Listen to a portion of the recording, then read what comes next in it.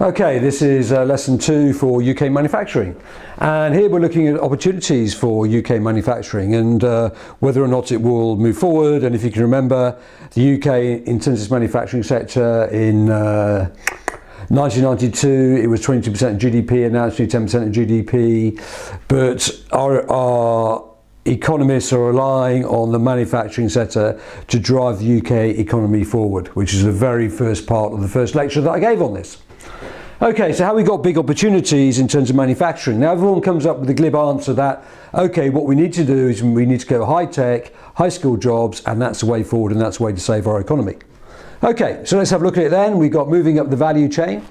In the year 2015, the nanotechnology market is meant to be worth about £805 billion, the whole market across the whole world.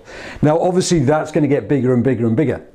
And we can link in with that with 3D printing as well. Now, clearly, in theoretical terms, in terms of scoring marks for your exams, you go, okay, we can get first mover advantage, we can get unique selling points, therefore we can charge high prices, therefore we can add value. However, of course, there's always a risk involved in investing very, very heavily in those sorts of technologies. But that's why we need small firms starting up in this area, as well as the very big industries investing in these areas as well.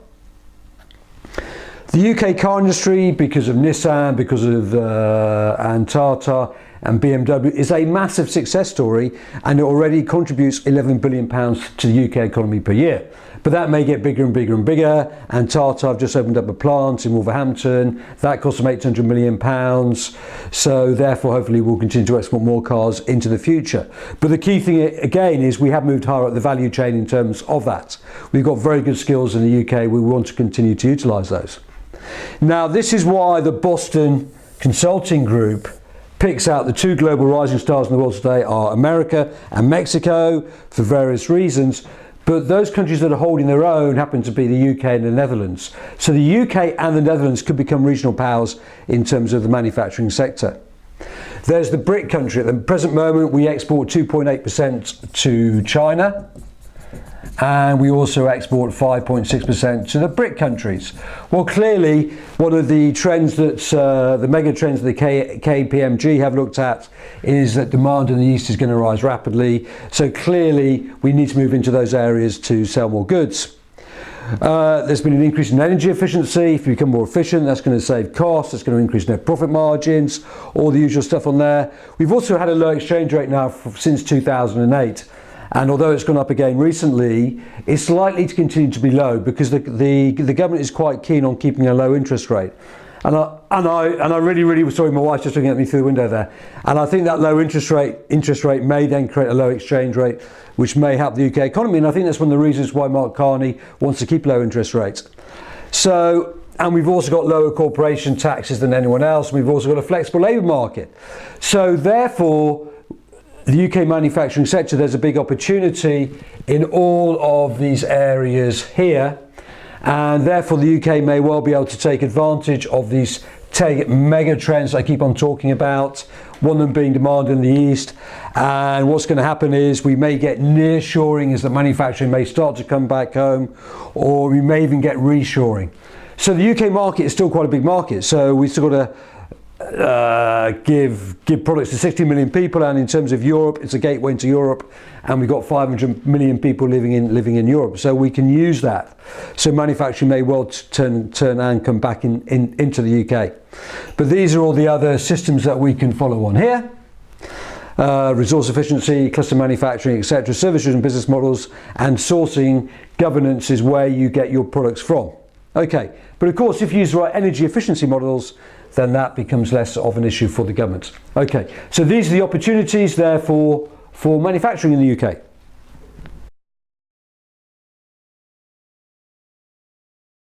Okay, so now on lesson 2, UK manufacturing. Now, what are the threats concerned? So we just looked at the opportunities in terms of those 10 mega trends and BRIC countries and the car industry, etc. But what are the threats? There are actually quite a few threats out there in terms of UK manufacturing. One of them is that we may have a higher exchange rate, and a higher exchange rate will mean higher export prices. The reason why that might be the case is because if there's a crisis in Europe, everybody might start investing in the pound because it's a better option. So our exchange rate goes up, which means higher export prices. The next thing that may happen is a fall in demand in terms of Europe for UK products. And particularly if we're trying to sell cars and everything else, then we're going to suffer because of that. And that's also going to cause a problem in terms of our exports. The third one is, have we got the right skills for the future? This is a big worry, and Deloitte says we are 20th in terms of manufacturing competitiveness. Now, one of the reasons for that is because we may not have the right skills in nanotechnology, in the sort of mint industries, for the future, so therefore wages may be forced up, therefore costs may be forced up for manufacturing firms.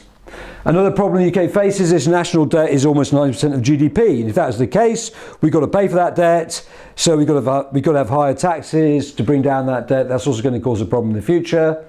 And the perennial threat, or maybe it's an opportunity, is globalization. And for instance, our textile industry has been decimated by the Indian subcontinent and the Asian continent, but also Africa has now come on board, and Africa has got very cheap wages. And it may well be the case that in the future that they can produce goods much more cheaply than we can, so we may take another hit in the same way that we did with China. But probably the biggest threat for the UK manufacturing is energy costs. We've gone down the nuclear power route in the UK and the green energy route, and for some reason the government has offered a very high price to those people who have built nuclear power plants in the UK. I think that they've almost said that the price of energy is going to double if we go with them. So both of these are major costs. Now, in terms of America, their costs have fallen by 25 to 35%, which is why the Boston Consulting Group says they're one of the rising global stars along with Mexico. But the UK can also go fracking. And if the UK goes fracking, then our energy costs may also fall. Those countries whose energy costs are rising rapidly are places like Poland, where they've gone up by 100 to 200%. Lastly on there, the seventh one on there is resource price inflation. Yeah, resources are going up all over the world. Now, particularly in the UK, because we have an inelastic demand for things, an inelastic demand on here, inelastic demand here for oil and for gas, then if those prices go up, then there's a big rise in our energy costs. Therefore, that creates real complication for us as well. However, in saying all this, we may have the third industrial revolution and we may get green energy efficiency. And so, in fact, our costs may actually fall if we continue to innovate. So once again, it's all based around this idea of can you take advantage of these megatrends? But there are quite a few different threats out there in terms of the UK economy.